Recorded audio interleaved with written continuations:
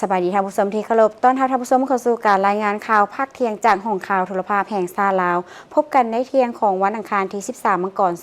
2026หับหน้าที่รายงานข่าวภาคนี้ข้าพเจ้าสุริวัลย์ ผลเยี่ยมท่านผู้ชมข่าวภาคนี้เขาก็มีหลายข่าวที่สำคัญมานำเสนอทั้งข่าวภายในข่าวต่างประเทศพร้อมด้วยข่าวกีฬาท่านวินี่ไปที่ในตอนเช้าของวันที่ 12 มกราคม 2026อยู่ที่หอประชุมแห่งชาติรัฐบาลได้ไขกองประชุมเปิดกว้างครั้งที่ 2 ประจำปี 2025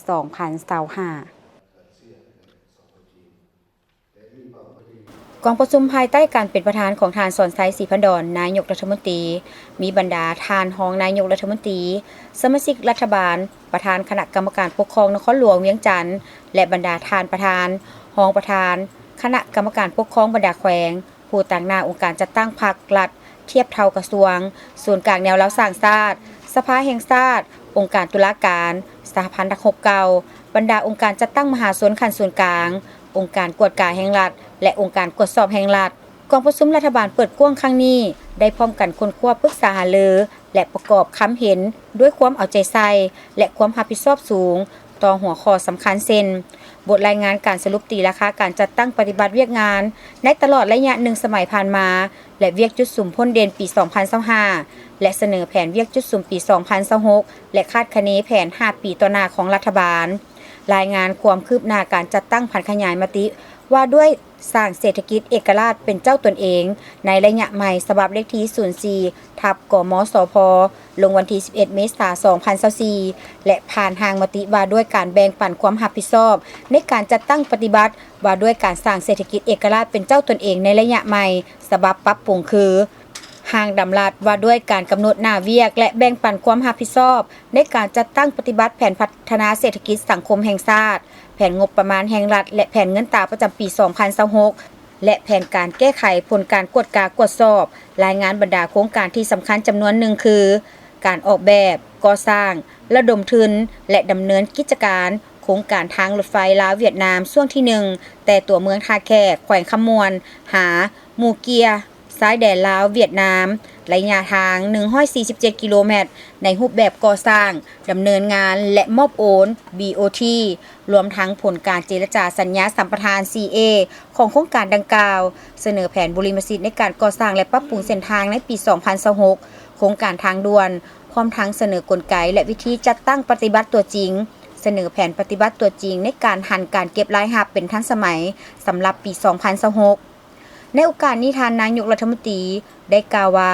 กองประชุมในครั้งนี้เป็นกองประชุมรัฐบาลเปิดกว้างครั้งสุดท้ายของรัฐบาลสุดที่9และก็เป็นกองประชุมรัฐบาลเปิดกว้างครั้งทำอิฐที่ได้ประชุมร่วมกับบรรดาทานประธานคณะกรรมการปกครองนครหลวงเวียงจันทน์และบรรดาแขวงในขอบเขตทั่วประเทศทั้งไขขึ้นในท่ามกลางบรรยากาศที่หากสำเร็จการเฉลิมฉลองวันสถาปนาสาธารณรัฐประชาธิปไตยประชาชนลาวครบรอบ50 ปี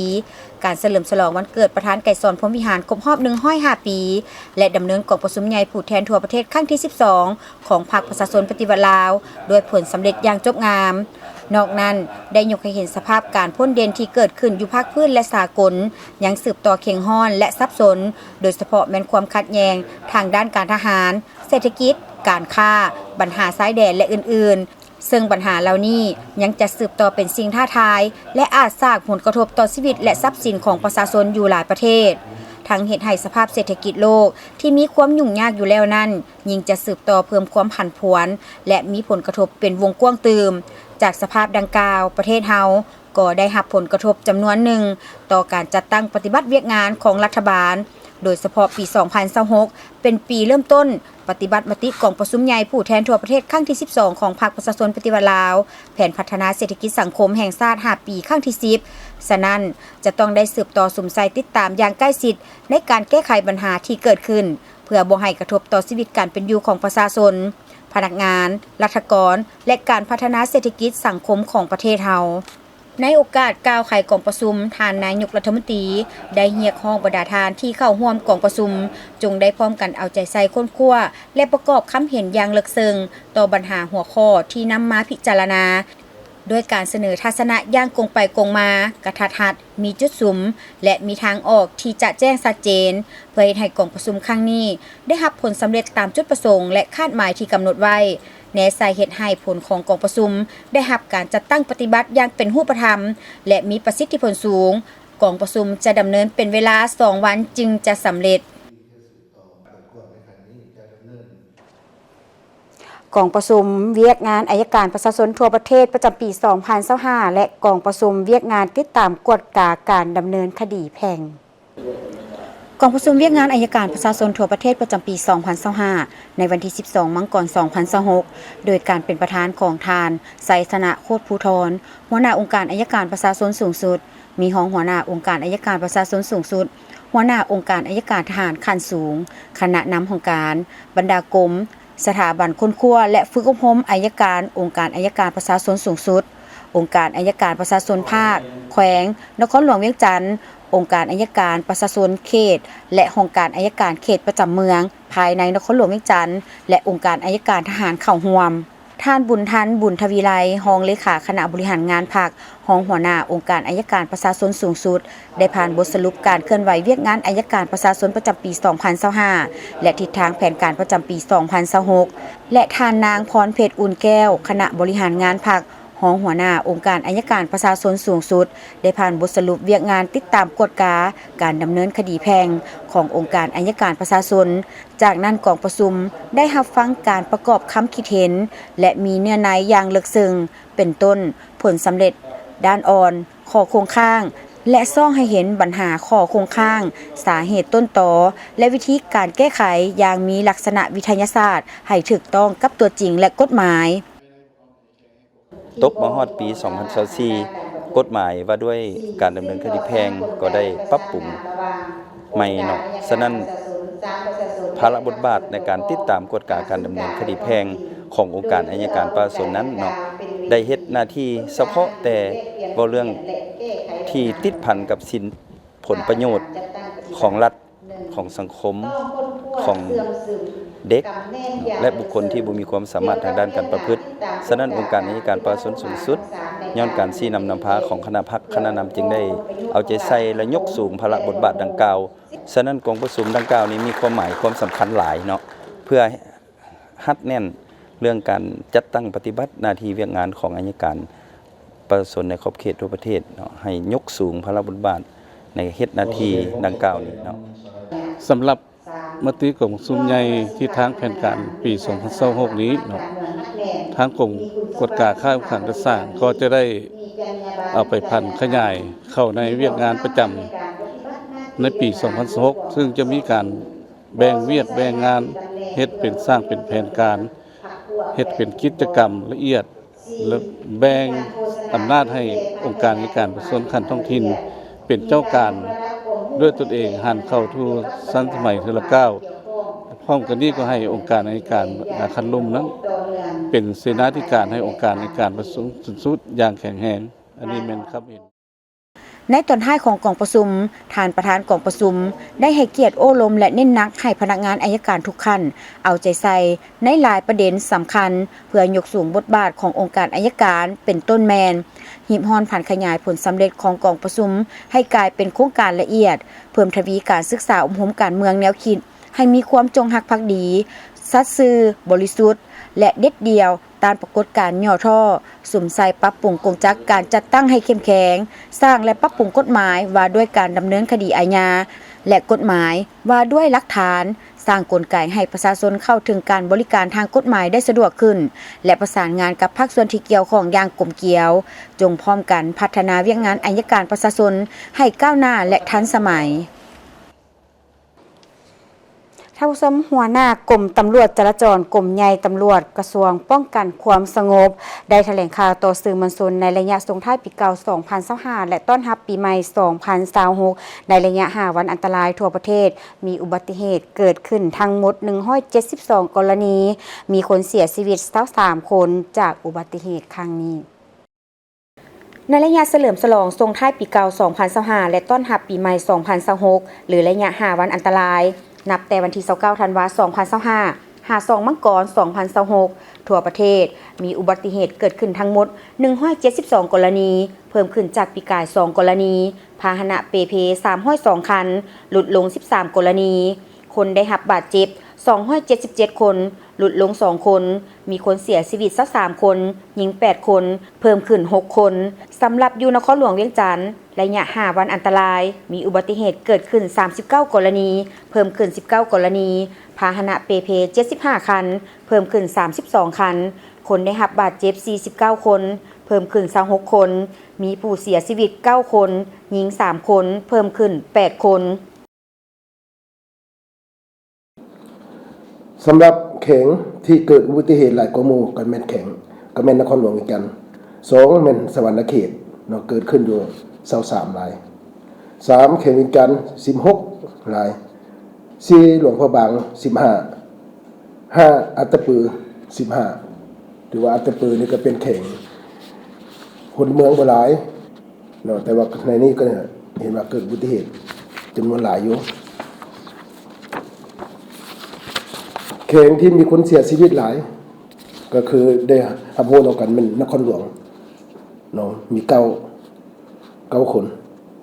เพราะว่ามีลักษณะเสียชีวิตเป็นหมู่เนาะคือดัง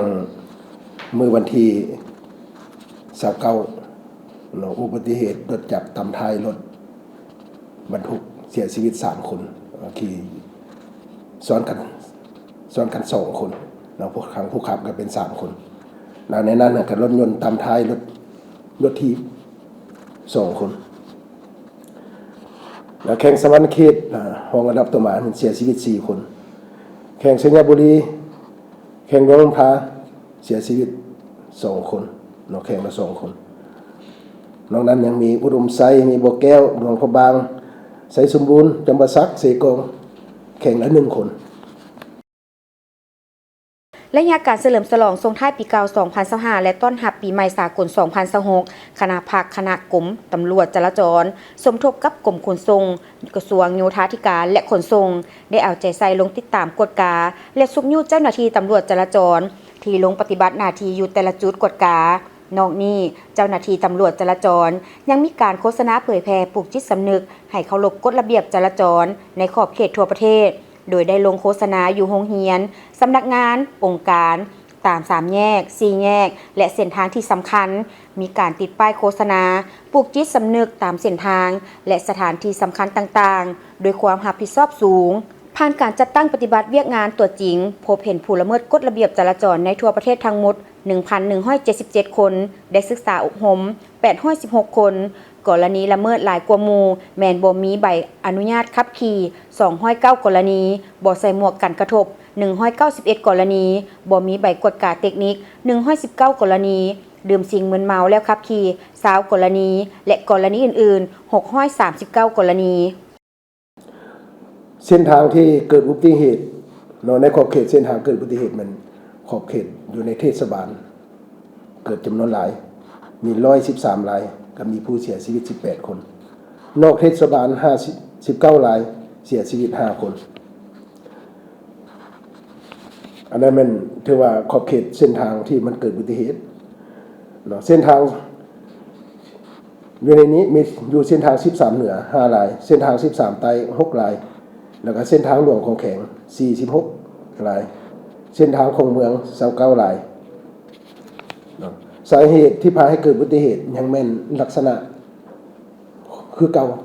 โดยเฉพาะแม่นปัญหาความไวการนำใช้ความไวเกินใน59กรณีหรือว่าหลายเสียชีวิต11คนดื่มสิ่งมึนเมา32กรณีเสียชีวิต5คนบ่ปล่อยสิทธิ์33กรณีเสียชีวิต4คนอันนี้มันสาเหตุที่ว่าพาให้เกิดอุบัติเหตุกรณีพาหนะร่วมเกิดอุบัติเหตุนี้รถจักรตำรถยนต์ใน49รายมีผู้เสียชีวิต4คนรถจักรตำรถจักรนี่43รายมีผู้เสียชีวิต4คนรถจักรล้มเองนี่มี10รายเสียชีวิต1เนาะรถจักรตำรถบรรทุกมี6รายเสียชีวิต3 สาเหตุหลักที่พาให้เกิดอุบัติเหตุแม่นมาจากการดื่มสิ่งมึนเมาแล้วขับรถใส่ความไวเกินกำหนดบ่ปล่อยซีทเปลี่ยนทิศทางบ่รับประกัน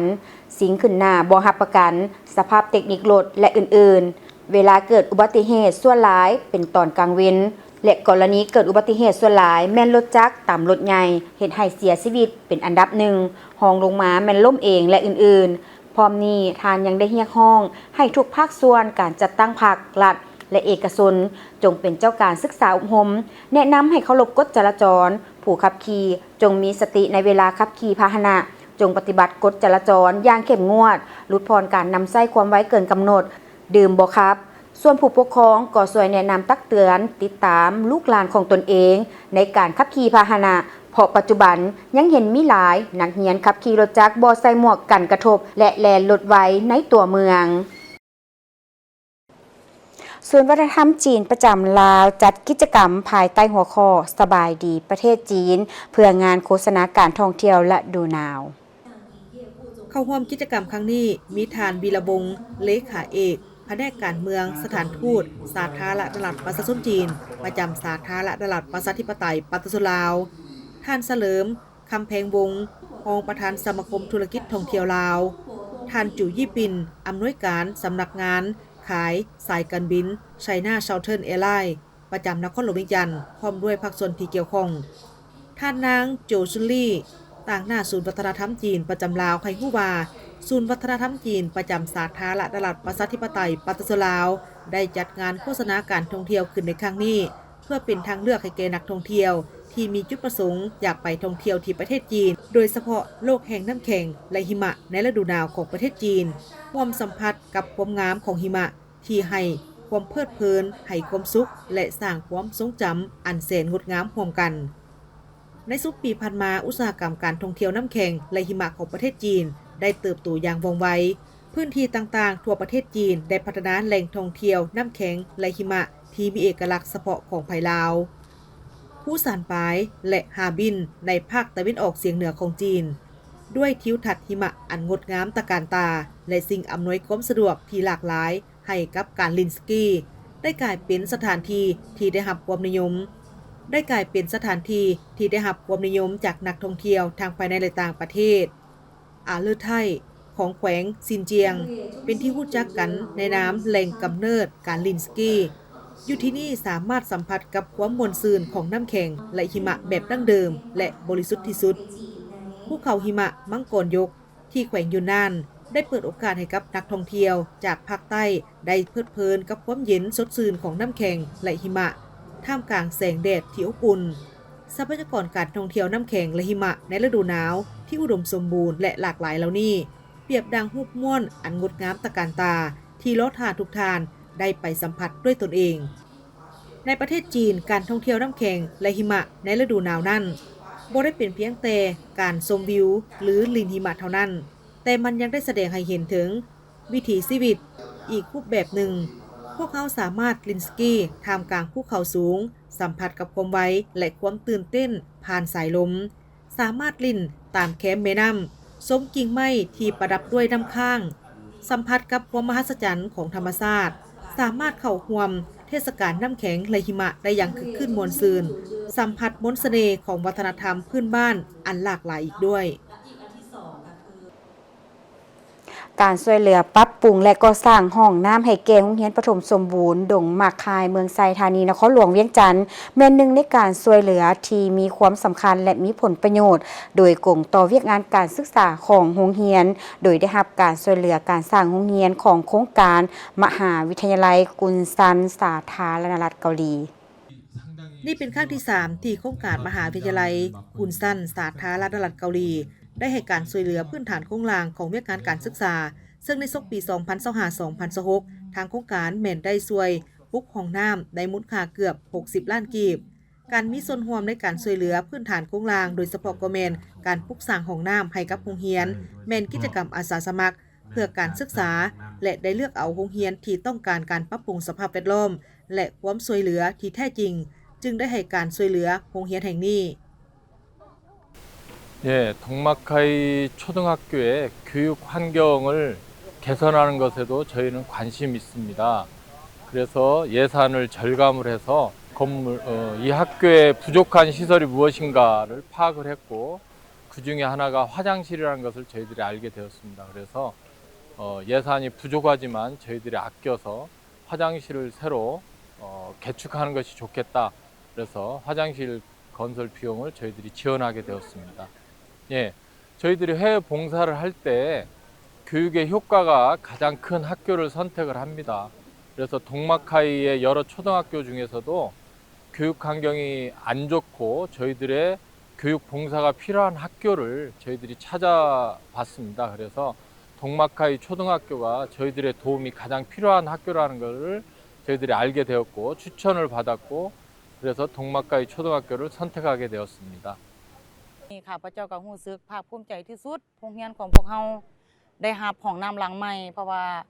ผ่านๆมาโรงเรียนของพวกเฮาก็แม่นมีความลำบากเนาะห้องน้ำบ่เพียงพอกับจำนวนนักเรียนเนาะห้องน้ำก็เปียเพแล้วก็ถือว่ามื้อนี้แม่นพวกเฮาได้รับห้องน้ำหลังใหม่ให้พวกน้องได้สามารถสวมใช้เนาะแล้วก็พวกเฮาขอให้คำมั่นสัญญาว่าพวกเฮาจะปกปักรักษาและการนำไส้ให้เกิดประโยชน์สูงสุดเนาะจะรักษาอนามัยแนะนำลูกหลานนั่นแหละเนาะให้ในการปกปักรักษาบ่ให้มั่างเพบ่ให้ทำลาย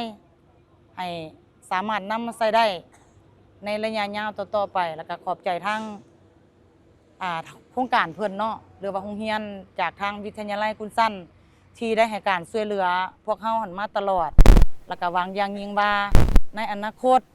เนาะทางจะให้การช่วยเหลือพวกเฮาแบบนี้ตลอดไป การมีห้องน้ำที่ถูกหลักอนามัยและมีความสะอาดบ่เพียงแต่ช่วยสร้างสิ่งแวดล้อมที่ดีในโรงเรียนแต่ยังช่วยส่งเสริมสุขภาพสุขอนามัยของนักเรียนครูอาจารย์และบุคลากรทางการศึกษาทั้งเป็นการลดผ่อนความเสี่ยงจากพยาธิต่าง